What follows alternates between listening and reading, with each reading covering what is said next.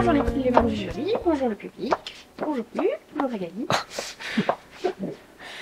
Donc, je vais vous présenter mon travail, mon processus de réflexion pour l'année de la licence MF2I de l'année dernière. Comme vous l'avez pu le voir sur le fascicule, donc mon sujet de mémoire, c'est la capacité d'adaptation du formateur en insertion professionnelle.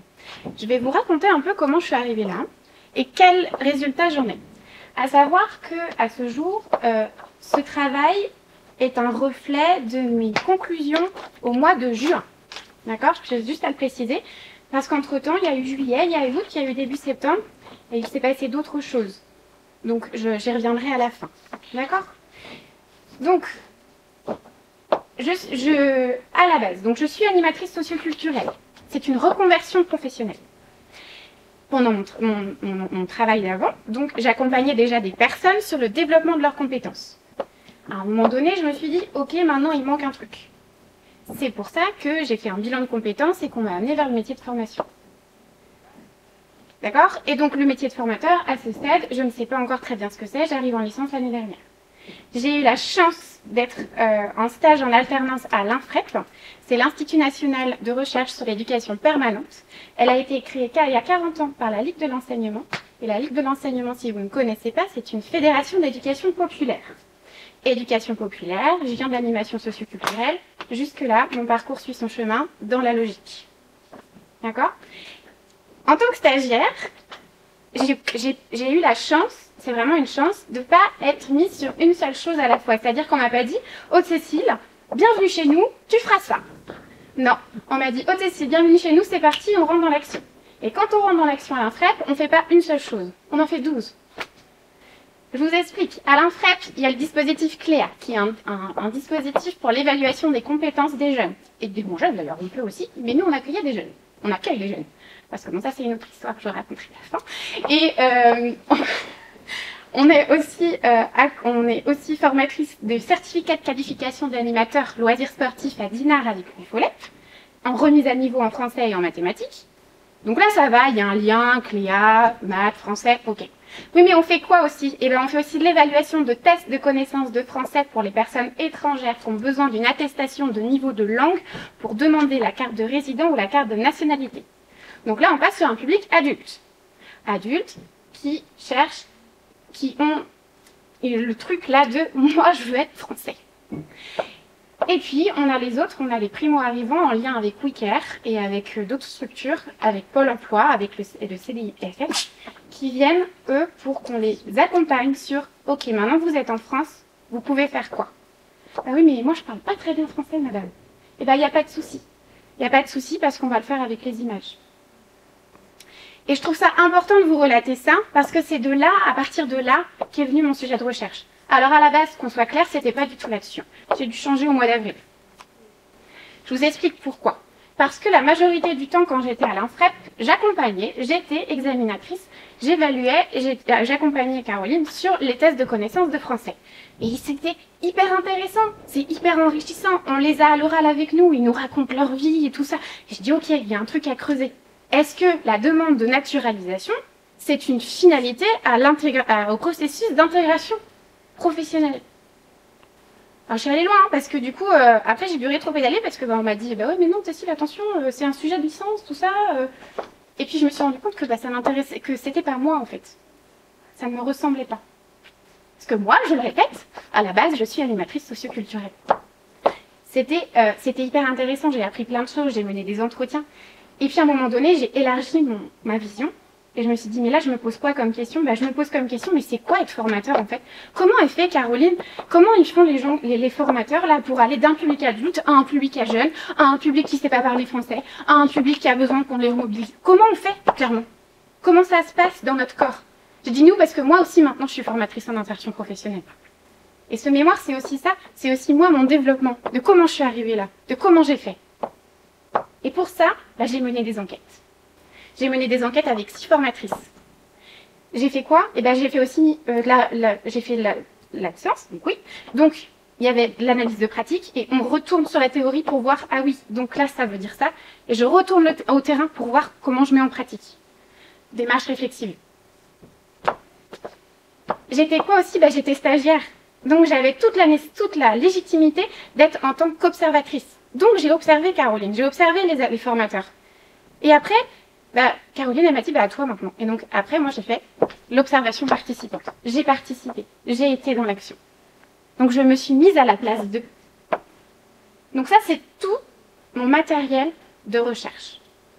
Moi, les gens que j'ai observés, les enquêtes et la théorie derrière. Il n'y a pas que la théorie, ce que je suis aussi allée du coup chercher, c'est quoi d'abord un formateur? Quand vous allez chercher une offre d'emploi, ok, il y a différents statuts. Vous pouvez être indépendant, vous pouvez être salarié, ou vous pouvez être vacataire. Les gens que j'ai rencontrés, j'en ai 6, sur les 6, il y en a 2 qui sont formatrices indépendantes, dont une qui a créé son entreprise.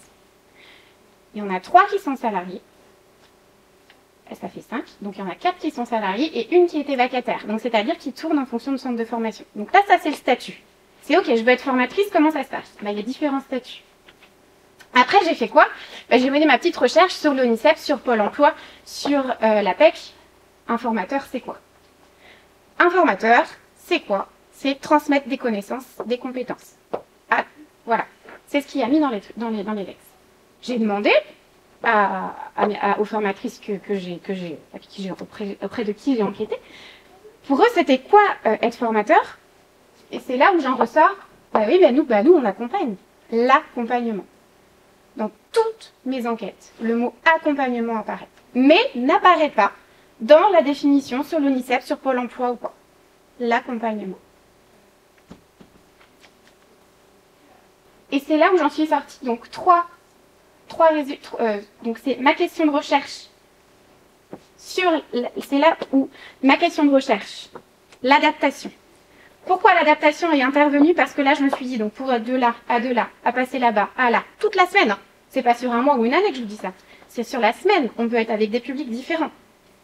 C'est l'adaptation. Le formateur s'adapte non-stop. Et elles en parlent aussi dans les enquêtes métiers. Elles parlent tout de suite d'adaptation. Et donc, ça, c'était... Donc là, maintenant, j'ai tout ça. Qu'il a fallu que je vous montre, du coup, la capacité d'adaptation du formateur. Donc pour cela, il y a différentes fonctions.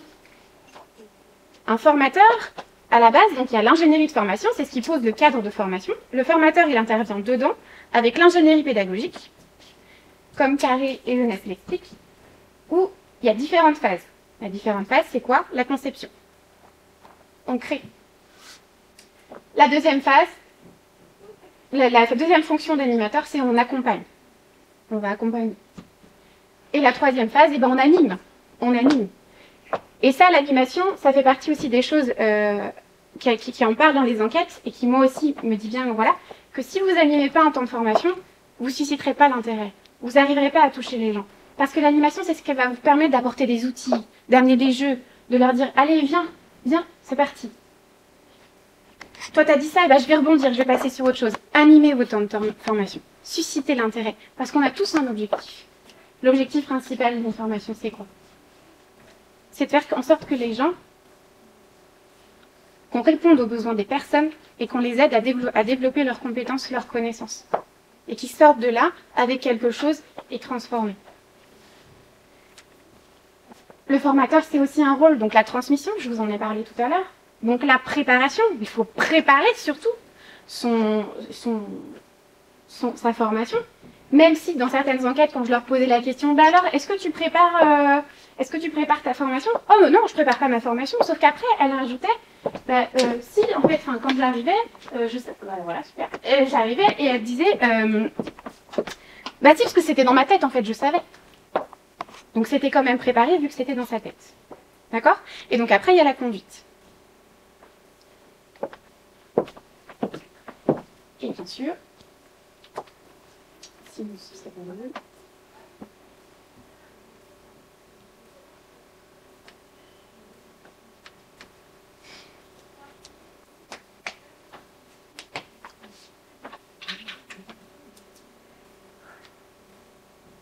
Et donc le dernier, bien entendu, c'est aussi un rôle important, ça va être l'évaluation. Parce que quand on est formateur, l'organisme prescripteur ou le responsable va nous demander des attendus par rapport aux personnes. Donc on évalue où est-ce qu'elles en sont par rapport au début et par rapport à la fin.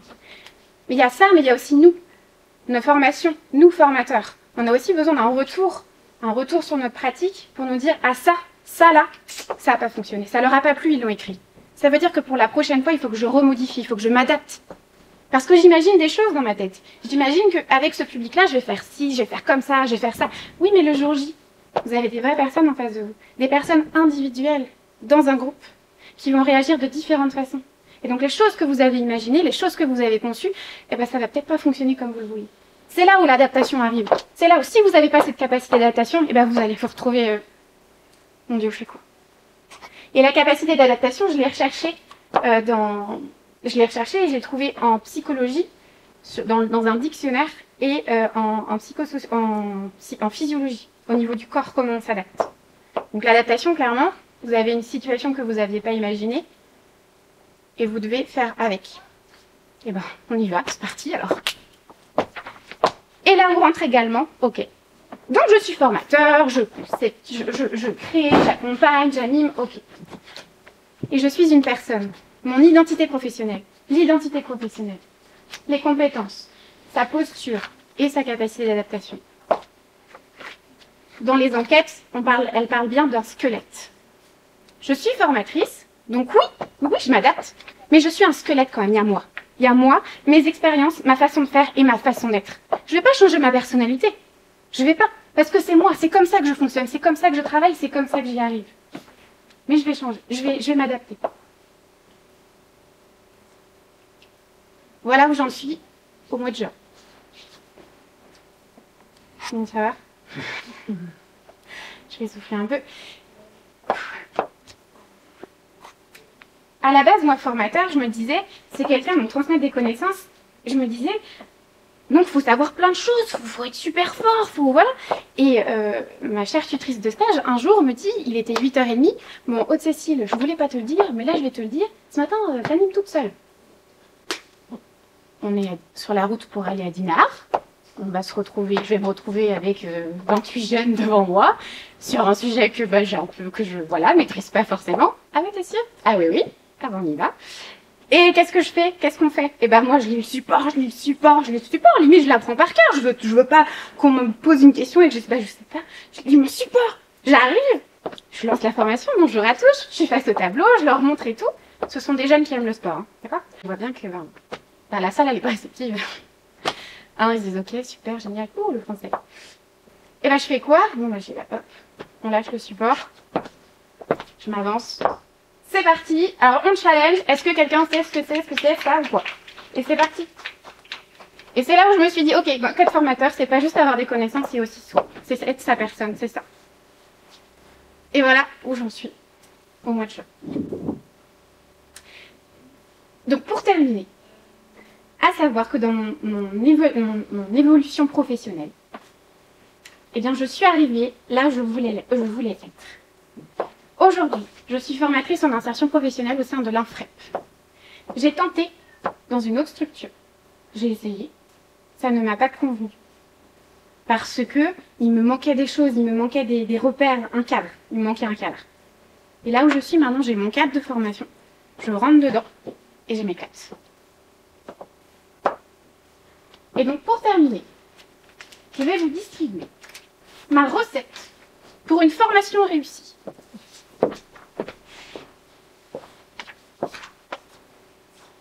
Je le répète, c'est ma perception des choses. C'est ce que j'ai découvert. C'est ce que j'ai tiré. Ce sont mes résultats. Et le résultat de ma pratique. Et mes résultats de recherche qui m'ont amené à ça. Donc les ingrédients, je vous ai expliqué. L'adaptation, de l'écoute, de la créativité. Des bonnes doses d'imagination et de conception. Des pots de transmission, des bocaux d'animation, un bocal d'accompagnement et la bouteille d'évaluation. Le matériel, un espace adapté, des personnes en questionnement, des outils pédagogiques, des supports et surtout, juste vous. Une petite préparation. Donc prenez les objectifs, les besoins, les attendus, épluchez, émincez-les et versez le tout dans un saladier. Deuxième étape, la conception. On ajoute la conception, l'imagination dans le saladier, on mélange, on met dans un four. Ça veut dire on laisse reposer. Quand on démoule, on vérifie son contenu pour éviter les fautes. Et on vérifie. Et troisième étape, on anime. Donc là, on prépare notre espace. On sort ce qu'on a sorti de notre moule. On le sort bien. On accueille. Donc on sort nos pots de transmission, nos pots d'accompagnement. Bonjour, vous allez bien? C'est parti. Tu vas pas bien? Qu'est-ce qui se passe? Si on va pas aujourd'hui, tu n'es pas en état 2. On mélange. On rajoute un coup d'adaptation.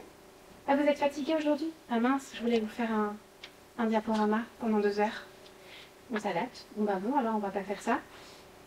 Et vous servez. Et enfin, la dernière étape, on évalue. Donc ce que je vous expliquais, on verse au moins chacun où est-ce qu'ils en sont aujourd'hui, comment ils sont arrivés, et à nous aussi.